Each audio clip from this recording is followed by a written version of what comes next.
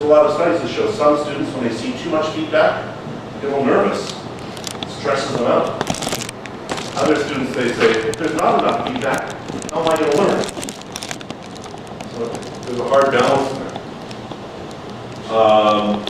Summative or forward, we need to think about what's the purpose of it. Is this draft one? They're going to take the feedback and use it again? Or is it the end comments? Editing symbols we talked about. The last thing is about recall. So if I write something, students have a copy of it. If I give them something on Microsoft Word, they can open it anytime they want. If I talk to them, maybe they were nervous. God, that's Joe. He's our teacher. And their brain just goes to mush. And they forget everything. So that's often the case, right? In a nervous situation, afterwards, it's hard to remember certain details. So one way to possibly use screen capture feedback is to give a video. And unfortunately, I can't show you an example of that because our server is broken, but I'll give you some other examples that make sense, okay?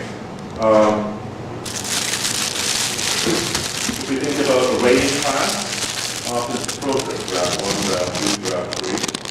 So if I give, for draft 1, if I give some feedback, it's useful because the students will use it before they make draft 2, we hope. So let me just show you an example of what it would look like, and then I'll show you an example of what it would, how we make it. So an example might be, here's a student from China, and the student wrote a little paragraph or two, okay? So with the video, I can highlight something there, I can underline things in real time, and then the student, if they didn't hear it the first time, they can read it, they can hear it again, listen to it again. So they don't have a problem, they can't complain that I didn't understand it, we hope. Second, we know that handwriting, it takes a while to make good comments, clear comments. If you speak, you're going to speak 200 to 300 words in a 3-minute video. The number of words in the feedback is actually quite large. So the amount of feedback can actually exceed that of what you might find on paper. So there's 2 ways that we can do this easily, and I'll show you one of them. One of them is this called Easy Screen Capture Video. It's a pretty cheap program. I think it's about $20. It's very, very easy to use. I have a copy at home. This is my work computer. I didn't want to buy another copy for it, so I can't show you because I'm cheap. But I'll show you a different one that's very similar. So once you make the video, then you need to share it. So I make the video, that's great. The student's not going to come to my office and watch my video. So I need to either email it as an attachment, but the files can be big. The better thing to do is use something like Moodle, or in Moodle, the assignment Dropbox. I can give that assignment feedback to the student. Other students can't see it, only that student. So that's important, of course. Or some companies like TechSmith have a place where you can put it. So I'll show you something called Jing. Has anybody heard of Jing before? The negative, okay. See this little sun thing up at the top? See that? So I've downloaded this program called Jing for free. Nice word, isn't it? Free. Okay. And I suggest you get it, all get it. It's a great program. Okay. With Jing, I can do a couple of things. I can capture. So what I'm doing here is I'm going to capture. I'm choosing. This is the part of the screen that I'm showing. I'm just going to do something else here. So if I say this is the part of the screen I want to video. So I can either take a picture of it. That's just a picture. It's an image. Still. And capture image. You probably can't read that. One next to it shows kind of like a real capture video. So if I capture the video, my mic is on, okay? So I can talk to here and I can be making some comments as I'm typing, okay? And it's taking a video of me saying whatever I'm saying. Hello, student, you did a great job. Stop it. And, stop. There we go. So now I have a video that I just made.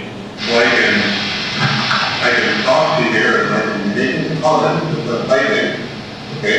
And then taking a video of me saying whatever I'm saying. Hello, dude, you did a great job. So it's amazingly easy, isn't it?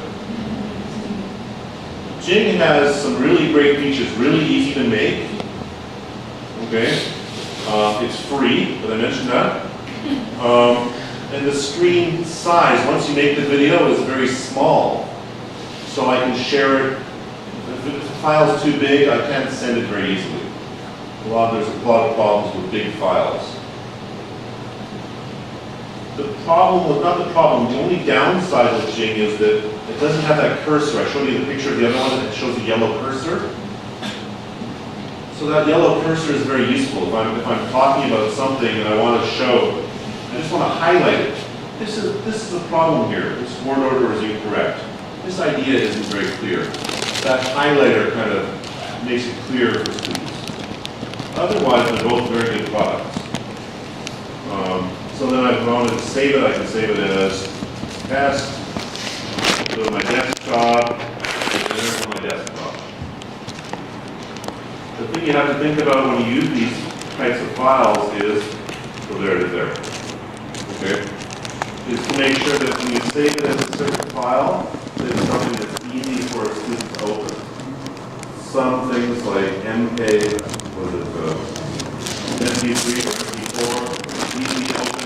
Some other ones like SLD or hard to open. You have to make sure you save it in a way that students can access.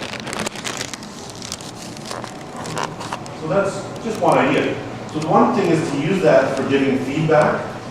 The second thing is, I think that's a great way to give feedback. The second thing is to use it for micro-teaching. So if I have a website, let's say I have my Moodle website, okay, and all my students, they're doing pretty well, but they really hate adjective clauses. They don't understand adjective clauses. Which, who, what, which, who, etc. They're confused about it. Okay, so I can make a little mini video as a lesson, put that on my website. So rather than just writing some examples to give to the students, I'm actually explaining those examples. So if I have a lot of questions about that, it can actually save me some time and hopefully the students improve too. So I think that's actually maybe even a better way to use it than just feedback, but I think they're both really valid and useful ways. So if we remember the beginning of the presentation, I talked about dual coding theory, the eyes and the ears.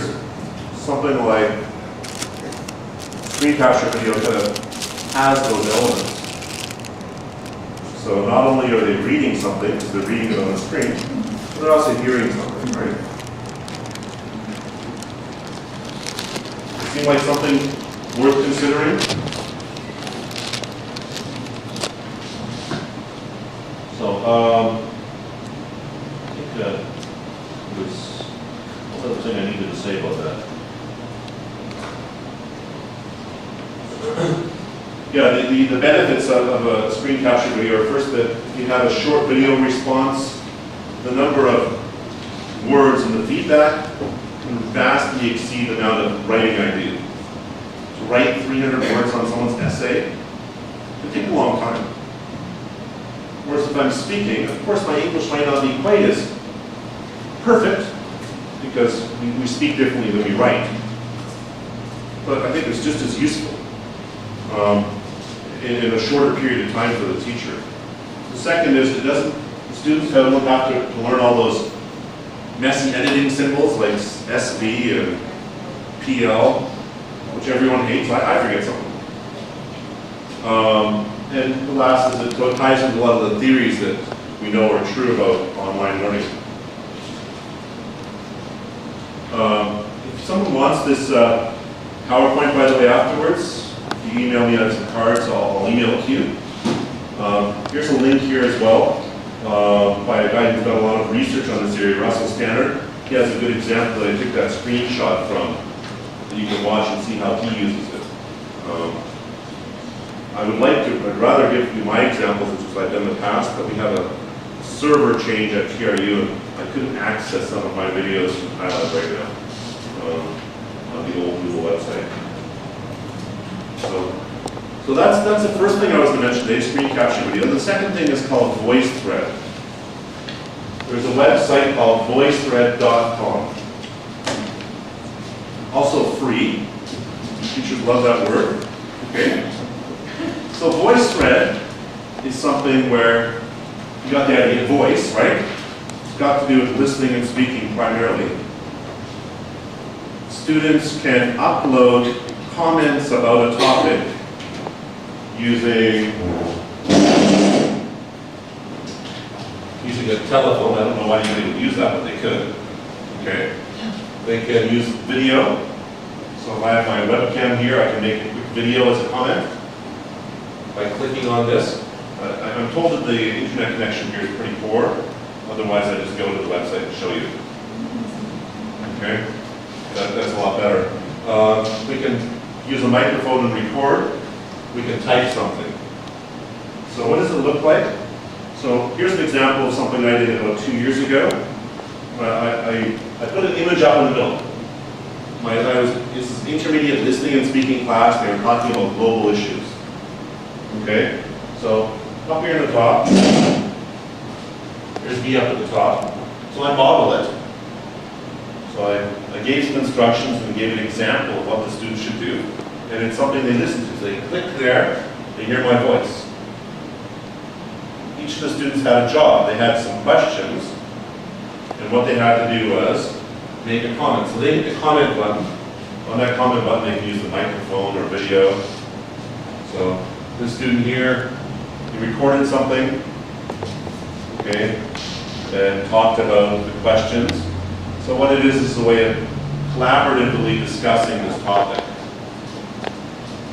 So the neat thing is that if Peter, so I'm going to pick on Peter because I know his name. I don't know everyone else's name, okay? Okay. Peter writes something, he's the hat here, okay? He writes something about global issues, or I should say something about it.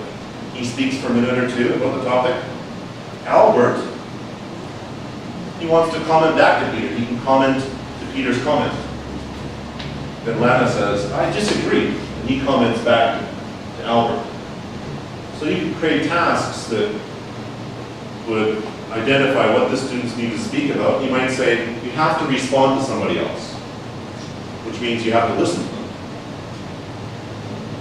Because if we don't say, please listen, and give them a job, we know students won't do that. They'll listen to the first one and then they'll start texting or doing whatever else they'll do. So the great thing about this is that it focuses something on one topic and it puts it all on one page. And it uses the different media, like video and audio. So if you go to voicethread.com, you can find that. This is a screenshot of VoiceThread from Jing. I know my students in that class, I did it a couple different ways. Actually, I did it once, I did it in the language lab. We had a language lab, a bunch of computers that are all wired. And the students had to do it in that class period. Didn't work so well. Because the students needed time to think about what they wanted to say. So what I found is that if Abdul Aziz from Saudi Arabia, he wants to make his 3-minute thing perfect.